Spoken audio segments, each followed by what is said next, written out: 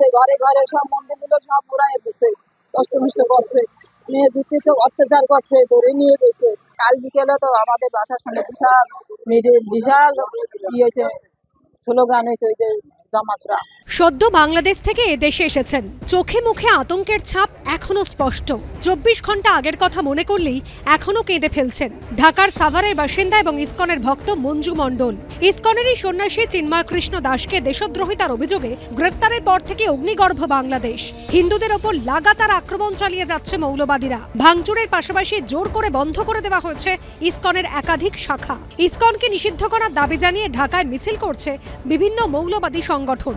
এই অবস্থায় প্রাণ হাতে করে ভারতে চলে এসেছেন সাভারের বাসিন্দা এই মহিলা। ওনারে ওই যে সনাতন ধর্ম নিয়ে ভোট আটকাইছে কেন, 3 মাস ধরে ওনারা ই করছে, সনাতন ধর্মকে চাইছে, স্বীকৃতি চাইছে, স্বাধীনতা চাইছে, নাই সনাতন ধর্মকে কেউ ই করছে না, অত্যাচার করছে। ওনার কোনো মিথ্যা আশ্রিত না, উনি সেই নারায়ণ। আমরা চাই প্রভুকে, আমরা সত্যকে আমরা একটু দেখতে পাই। আমাদের তো প্রভু কষ্ট হচ্ছে, উনি কষ্ট পাচ্ছে তো আমরাও কষ্ট পাচ্ছি। 5ই আগস্ট শেখ হাসিনা দেশ ছাড়ার পর থেকেই শুরু হয়েছে ঝামেলা, অশান্তি। সেই আগুনে পুড়েছে বাংলাদেশের বাসিন্দা অবসরপ্রাপ্ত কলেজ কর্মী বিভূতিভূষণ মণ্ডলের বাড়ি। এই অবস্থায় সম্প্রতি প্রাণভয় ট্যুরিস্ট ভিসা নিয়ে ভারতে চলে এসেছেন এই ব্যক্তি। আমরা খুব খারাপ পরিষেবা আছি, মাইনরিটি ধরা তারা খুব খারাপ পরিষেবা আছে। এইভাবে একটা দেশ চলে না, এভাবে দেশ চলতে পারে না। কিন্তু বিশেষ করে মাইনরিটি যারা, তাদের কোনো নিরাপত্তা নেই। 5ই আগস্ট আমার বাড়ি পড়ায় ওই তীর্থের ঘুষে করছে, মুখ্য তীর্থ না, মুখ্য হলো হাউ টু সেভ মিসেল। একসময় বাংলাদেশের ফরিদপুরে থাকতেন তুষার দত্ত। এখন পাকাপাকি ভাবে তিনি কলকাতার বাসিন্দা হয়ে গেলেও আত্মীয় স্বজন বন্ধু বান্ধব সবই এখনো পদ্মা পারে। তার গলাতেও আতঙ্কের সুর।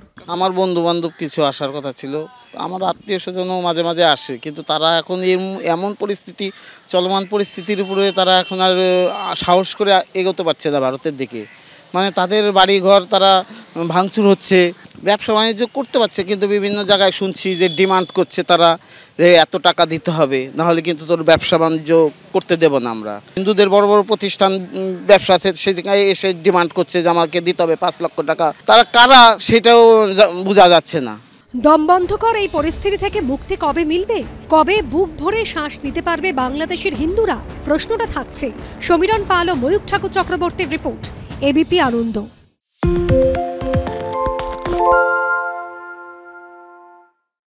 সত্য অন্তহীন, সত্যের খোঁজও তাই, সত্য সন্ধানে তাই আমরা অক্লান্ত, অকুতভয়। এবিপি আনন্দ নতুন ভাবনার প্রতীক, যা মনে মুক্ত, তথ্যে যুক্ত এবং যাবতীয় সীমানার বাঁধন থেকে মুক্ত। সীমা না শব্দটির মধ্যে লুকিয়ে আছে মানা শব্দটি, যেন চোখ রাঙানি এক অদৃশ্য বেড়াজাল, যা আটকে রাখে আমাদের এক ছোট্ট গণ্ডির মধ্যে। একমাত্র সঠিক খবরই গড়ে তুলবে এক মুক্ত সমাজ। সেই জগৎ গড়ার লক্ষ্যে কোনো সীমানার ঠুকুটি আমরা মানব না। এবিপি আনন্দ এগিয়ে থাকে, এগিয়ে রাখে।